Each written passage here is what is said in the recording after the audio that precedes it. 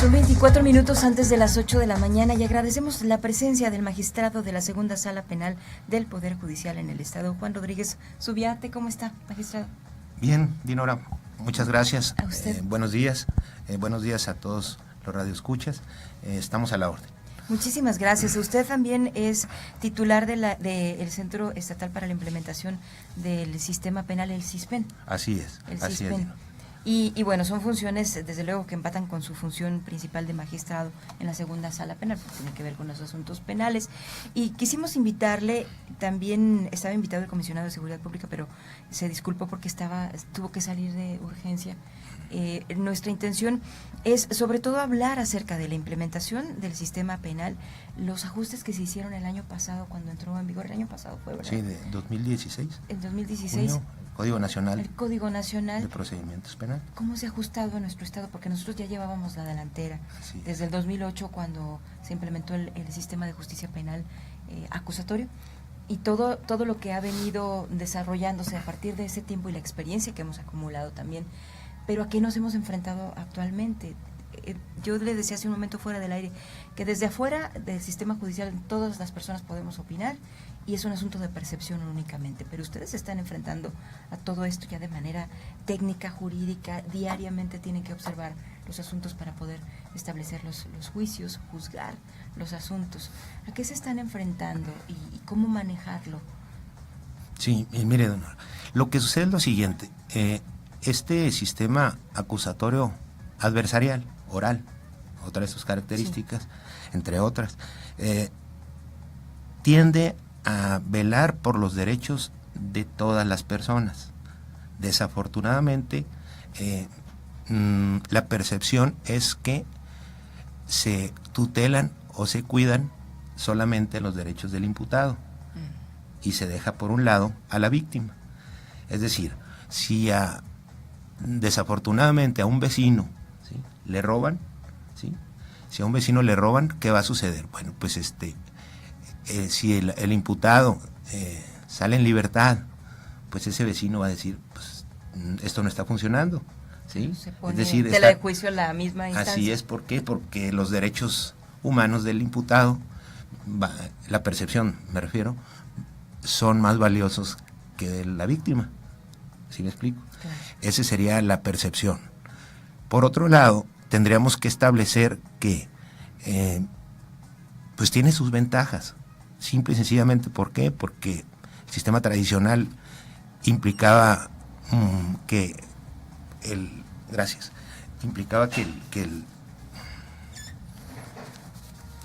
el juez no estuviera presente en las audiencias, por ejemplo, ¿sí?, ni tampoco estuviera. A ver, ¿por qué es importante que estuviera presente en las audiencias? Pues porque se perciben muchas cosas.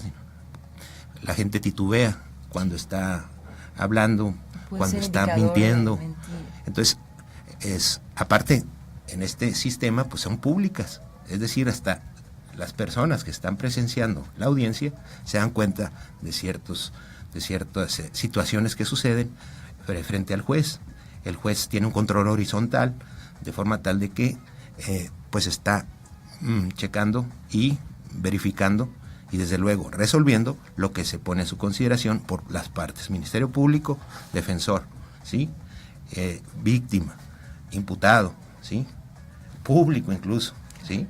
Entonces, partiendo de esa base, bueno, pues es una... Todos son una elementos de información que tendrán es. que incidir a la hora de tomar Así una decisión. Así es. Y de igual manera, bueno, pues el tema de la presunción de inocencia, ¿sí? El usted disculpe, bueno, pues ya sean 5 años, por ejemplo. Eso es muy doloroso, ¿no? Pues sí, eso es terrible también. Sí, había Ho Chi Minh decía que cuando le preguntaron que cuántas veces había estado en prisión, dijo muchas.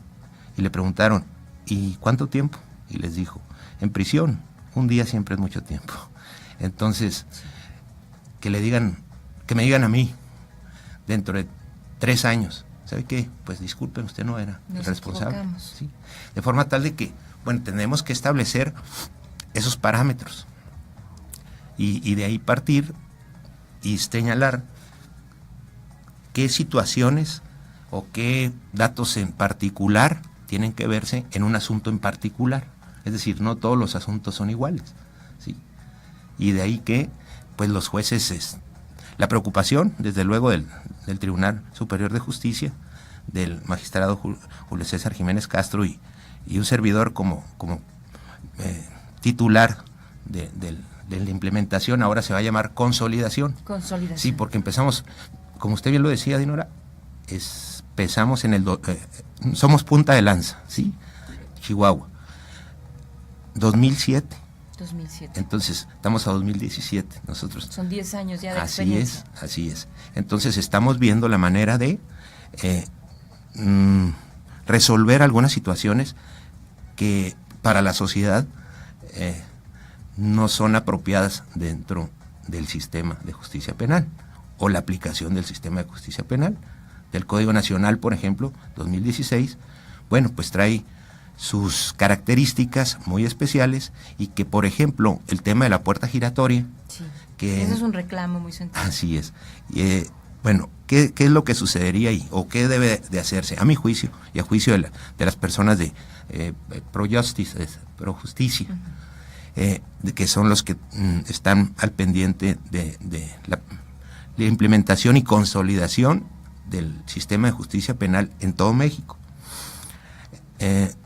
Número 1, principalmente los servicios previos al juicio.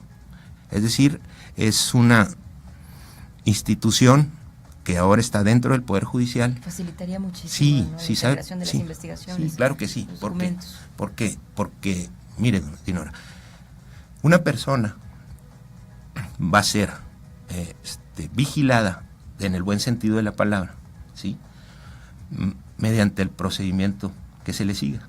Es decir, en principio, cuando se va a imponer una medida cautelar, esos servicios previos al juicio le van a dar información objetiva, veraz, imparcial, fuera de toda, ¿cómo podríamos decir? Manipulación. Exactamente, de cómo un imputado, y esa información a quién se la dan, al juez, y cómo un imputado con qué personas se junta, es decir, a quién frecuenta, su situación, su entorno, su situación económica, su situación psicológica, su arraigo en la localidad, sus problemas de farmacodependencia. Es decir, en un momento dado, esa información sirve para, aun y cuando no es un delito que tenga que, o que esté señalado, más bien dicho, en el Código Penal, ¿verdad?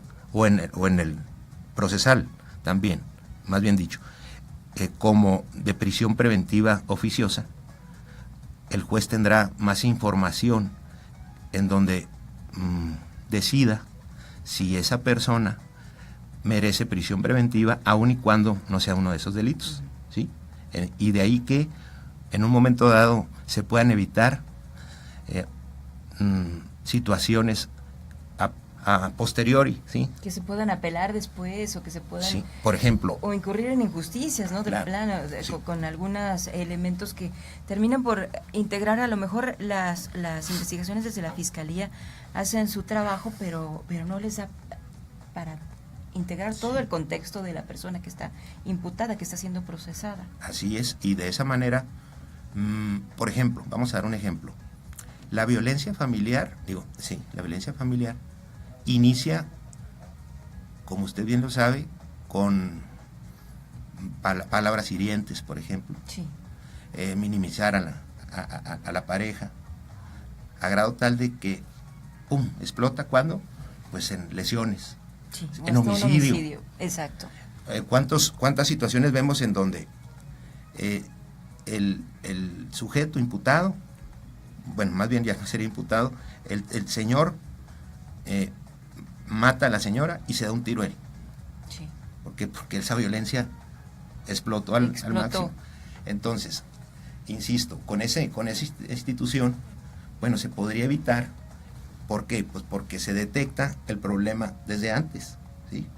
Y de ahí esto está muy entrelazado con la prevención, ¿sí? Es otro tema en cuanto a seguridad. el maestro Aparicio pues tendría más datos. Consejo más, de seguridad para integración de las investigaciones. La prevención, bueno, ¿cuál? Pues más comunicación con los hijos, saber dónde andan nuestros hijos, saber que el dejar la luz prendida cuando salimos de la casa, pues ya no quiere decir que la persona que va a cometer el delito de robo piense que hay alguien dentro de la casa. Los servicios previos al juicio, esta iniciativa ya hace mucho tiempo que estuvo siendo impulsada, incluso por organismos como FICOSEC. Yo recuerdo hace algún tiempo que se hablaba acerca de esto, hubo alguna resistencia porque se habló en un principio que podría quedarse en fiscalía, y entonces se hablaba de esta necesidad de revisar puntualmente por qué tendríamos que establecer servicios previos al juicio y que tendría que depender del Poder Judicial. No de la fiscalía, porque entonces habría una cargada mayor para los imputados, ¿no? Exactamente, y no sería del todo objetivo. Sí. Pues sería muy parcial, ¿no? Así la aplicación es, de la ley. En todo esto, y sobre todo porque son instrumentos nuevos, obviamente, como digo, hay cierta resistencia, ¿no? En algunos sectores, porque ya se siente que algunas cosas ya se están haciendo bien. ¿Cómo podríamos destrabar ese tipo de situaciones? No me refiero únicamente a los servicios previos al juicio. Puede haber otras iniciativas, puede haber otras situaciones que se tendrían que llevar a la ley, a proponerlo para poder establecer la ley. ¿Por qué digo esto? Bueno, se está implementando el Código Penal, se está desarrollando una estrategia a nivel nacional para armonizar la legislación, pero cada región tiene sus necesidades particulares, su comportamiento delictivo particular. Entonces tendría que adecuarse según la región también, con las leyes locales. Sí, exactamente, a la realidad de cada estado, de cada región. De hecho, dentro de un estado, pues no es lo mismo la manera de pensar de alguien que vive en Ciudad Juárez que alguien que vive en Guadalupe Calvo, Chihuahua, claro, por ejemplo. Y son vivencias distintas, exactamente, ¿no? Sin decir que los de Juárez piensen mal o los de Guadalupe Calvo piensen mal, no. A lo que me refiero es la realidad. Su entorno diferentes. Es distinto. Entonces, pues hasta, por ejemplo, las costumbres indígenas. ¿Sí? Usos y costumbres, la aplicación de este tipo de normas, ¿no? De usos y costumbres. Así es. Entonces, bueno, pues hay que ver esos temas en particular, por eso me refería hace unos momentos, cada caso en particular. ¿Sí? Alguien de la Sierra, Guadalupe Calvo, pues es una ofensa, tal vez, el hecho de que en una fiesta pues llegue una persona y saque a bailar a la pareja de uno. Es una ofensa muy grande, tal vez, ¿sí? Que merite una golpiza. Y uno sacar la pistola y darle. Del honor, exacto. Y en cambio, en Ciudad Juárez, bueno, pues una persona puede pensar distinto y decir, bueno, pues si quieres baila, ¿no? Pues a mí qué. No pasa nada. No pasa nada. Eres mi pareja, son no va a pasar nada. Culturales exactamente. Diferentes. Eres mi pareja, no va a pasar nada, ¿sí? Es decir, quien quiere estar con uno, bueno, pues va a estar con uno, y quien quiera no estar, pues no va a estar. Claro. ¿Verdad? Magistrado, ¿con qué se enfrentan ustedes como juzgadores? ¿Ustedes solamente pueden juzgar con base en los documentos, en la información que le lleva la fiscalía, que le lleva la parte acusadora? Ustedes no pueden establecer ningún juicio si no tienen toda la información. Es decir, solamente basada en ella pueden ustedes establecer decidir si hay una culpabilidad o no, una responsabilidad en un hecho. Tendríamos que establecer las etapas, ¿no? Las etapas, insisto, el tema de la prevención, es una cadenita, ¿no? Sí. Es una cadena. Prevención, bueno, ya se cometió el delito, investigación, ¿sí? Fiscalía. Fiscalía tiene sus propios problemas y también sus propios resultados, ¿sí? Sus propios ritmos. Por decir, 9,000 carpetas de investigación, pues se dice muy fácil, pero pues cada para hacerlas, una implica sí, un gran desafío para la fiscalía, para el maestro Peniche. Entonces, ¿qué sucedería? Bueno, después de la investigación, tener datos para llevar ese asunto ante un juez y formular una imputación. Y de ahí que entonces entra el Poder Judicial. ¿Sí? Y cuando entra el Poder Judicial, el Ministerio Público, como bien lo decía Dinora, tiene que establecer o señalar de manera oral, verbal, ¿vale? ¿Sí? ¿Qué datos datos de investigación tiene que sirvan para poder vincular o no a una persona a proceso? Y hay un periodo que se tiene que cumplir, no se puede dejar no. indefinidamente varios días a la persona detenida hasta que se le finque responsabilidad. Así es, está el término constitucional, y de ahí que entonces no es fácil, porque en cada asunto, insisto, perdón mi insistencia, cada asunto tiene sus propias características. Entonces, para formularle la imputación a una persona, incluso la Corte ya ha dicho que se requieren esos datos de investigación, no se requiere demostrar todos los elementos del delito, ¿sí? La conducta típica. ¿Solo algunos para poderlo vincular? Culpable, no. Rasgos de un hecho considerado en la ley como delito, ¿sí? Entonces, visto de esta manera, pues pasaríamos a la otra etapa, es decir, la vinculación o no vinculación. Ahí decide el señor juez o la señora jueza y vincula a una persona. Bueno, pues es en ese momento se sigue el procedimiento y les da incluso un término para que sigan investigando, ¿sí? Y que poder llegar a un juicio oral en donde todo lo que se vio antes no se debe de considerar, ¿sí? ¿Se vuelve a empezar entonces? No que se empiece, simple y sencillamente se lleva la investigación, la secuencia, y esos datos de investigación a los que me refiero, por ejemplo, un testimonio, testimonio es una persona que va y declara, ¿va? Esa persona va a ir a declarar ante los jueces, 3 jueces, o un juez si es unitario, ¿sí? Entonces ahí, pues de viva voz y de acuerdo a la capacidad que tenga el defensor, el Ministerio Público, de obtener la información. Así es, bueno, pues contrasta, es el contradictorio, así se llama, ¿sí? Es una contradicción, ¿sí? Y eso también sucede con los jueces de control, pero en el juicio oral, pues ahí es donde se cae el asunto o queda lo suficientemente claro como para, más allá de toda duda razonable, ¿sí?, sentenciar a una persona por un delito que cometió. Magistrado, también se ha hablado acerca de que algunas personas tenían un buen tiempo, quizá 2 años o más de 2 años, sin que se les dictara sentencia. Ahora que se establecen estas nuevas leyes o esta nueva ley, hay que decidir rápidamente sobre su situación porque ya se estaría incumpliendo con la ley. Es decir, no se les puede dejar ahí eternamente sin que se cumpla la sentencia.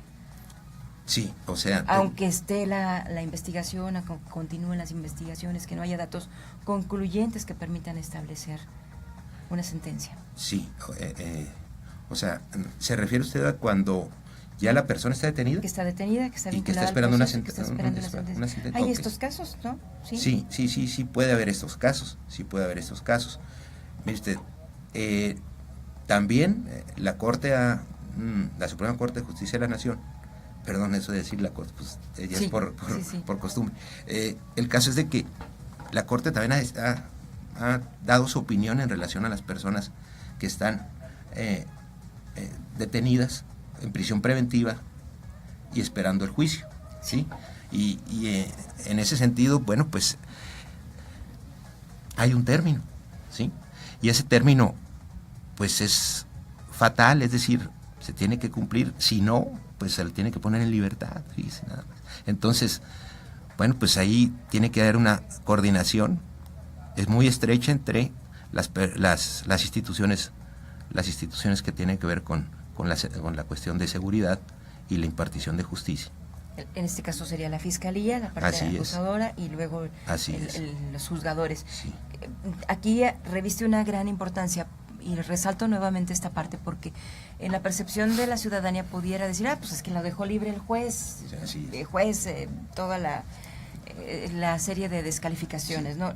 Lo que pasa, insisto, creo, es que ustedes no pueden establecer ningún juicio si no hay suficiente información que permita consolidar esa esa responsabilidad o esa imputación a la persona que está involucrada. Es muy difícil, entonces el reto es mayúsculo para la Fiscalía también. Sí. Para la integración de las investigaciones. Definitivamente. ¿Por qué? Por aquellas características de las cuales estábamos hablando, la presunción de inocencia, ¿sí? Antes se decía en el sistema tradicional, yo fui juez. ¿El sistema tradicional? Sí, fui juez hace algunos años, y se decía, bueno, pues un vaso de agua y un auto de formal prisión no se le niega a nadie, ¿sí? Era algo que, pues, se lo decía uno como broma, pero si nos ponemos a analizar, pues sí, sucedía, y después, pues qué, volvemos a lo mismo, pues discúlpeme, pues estuvo aquí 3 años. Que se caía en esos extremos, ¿no? Oiga, también hace unos días estábamos viendo la información respecto a que se hablaba de que muchas personas que son dejados en libertad son reincidentes, y ese es otro nuevo reto también, el asunto de que vuelven a caer después de que se cumple alguna sentencia, a lo mejor cumplen su proceso, pero luego van libres y regresan a los pocos meses. Así es. Ese tiene que ver mucho con la cuestión ya del cumplimiento de la pena. Es decir, la pena, ¿para qué se impone? Para reinsertar socialmente a la persona. Si no le damos oportunidad a esa persona, o no nos damos la oportunidad como sociedad de que esa persona regrese, reinsertar, ¿sí? Bueno, pues sabemos que en las prisiones, pues es la escuela. Es la escuela del crimen. Así es. Entonces, ¿qué es lo que sucede? Posgrados ahí. Sí, exactamente. Entonces, ¿qué sucede? Pues tendríamos que ver ese último eslabón, ¿sí? Que es precisamente el cumplimiento de la pena, y que las personas realmente salgan con las aptitudes suficientes como para volver a ser productivos. Productivos, exactamente. Trabajar. Aunque tienen los antecedentes penales, esto también conflictúa Ese es el problema. La situación de la persona. En alguna oportunidad el señor presidente del tribunal y un servidor fuimos a la Canaco. Entonces, pues muy gratamente nos dimos cuenta que hay algunas empresas en donde contratan personas con antecedentes penales, ¿sí? Eso es reinsertar. Pero nos preocuparía si, aunque en la forma pudieran ser aceptados, en algún momento sufren algún tipo de discriminación. ¿Sí? Eso no lo sabemos. Sí, es que también es un estigma. Es un estigma, y se queda el estigma ya, por ejemplo, para él y para las familias. No, él estuvo por robo, entonces cuidado con el celular. Sí, no le dejes las cosas ahí, porque ya tiene un antecedente. Sí, hay esa parte, ¿no? También se tendría que trabajar mucho en eso. Magistrado, bueno, el tiempo se nos está terminando, pero queremos agradecerle su presencia, agradecerle al tribunal también, que están pendientes, nos han estado proporcionando información.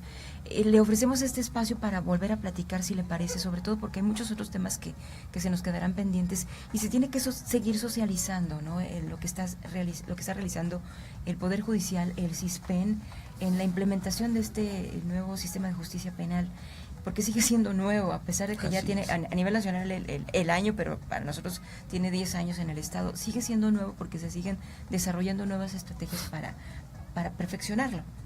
Y no terminamos, ¿no? Porque son las circunstancias nuevas, la sociedad es dinámica. Así es. Y a veces rebasa la misma sociedad, el ritmo de la sociedad, a las mismas instituciones. Sí. Nos lleva a la delantera. Definitivamente. Quería nada más aclarar una cuestión. Sí. Las personas que están detenidas y son sentenciadas, también hay una opinión de la Corte en ese sentido, de que pueden impugnar esa sentencia a través de casación, y como es un instrumento de defensa. ¿Les toca a ustedes, como en las salas? En las salas. Sí. Un servidor, por ejemplo, pueden integrar sala con otros 2 compañeros magistrados, o también sala unitaria.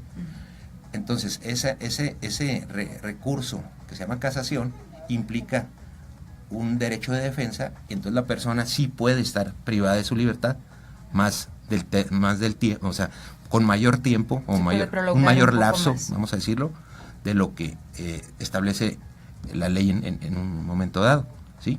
Es decir, el juez dicta sentencia y se cumple un periodo, un proceso, pero luego puede haber un juicio de casación que puede prolongar un poco más ese proceso, su instancia. El recurso de casación implica un derecho de defensa.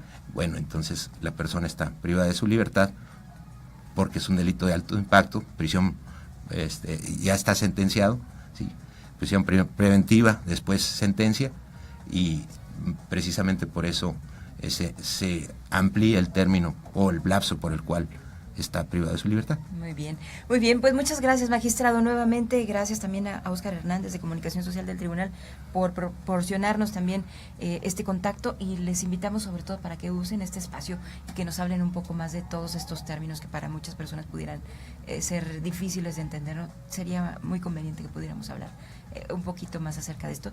Que tenga muy buen día, magistrado. Igualmente, Dinora, muchas gracias de nueva cuenta, sí. Y desde luego estamos a sus órdenes cuantas veces nos necesiten. Esto es fabuloso que a través de este medio se pueda difundir y expresar la manera de cómo se aplica la justicia, cómo se aplica la ley y cómo son o cuál es la problemática que tal vez la percepción social es distinta a la que piensa un funcionario. Claro, entonces, pero no hay que olvidar que los funcionarios también pertenecemos a la sociedad. Por supuesto, también. Muchas gracias. Muy bien, muchas gracias a usted. Son las 8:02. Vamos a una pausa y regresamos.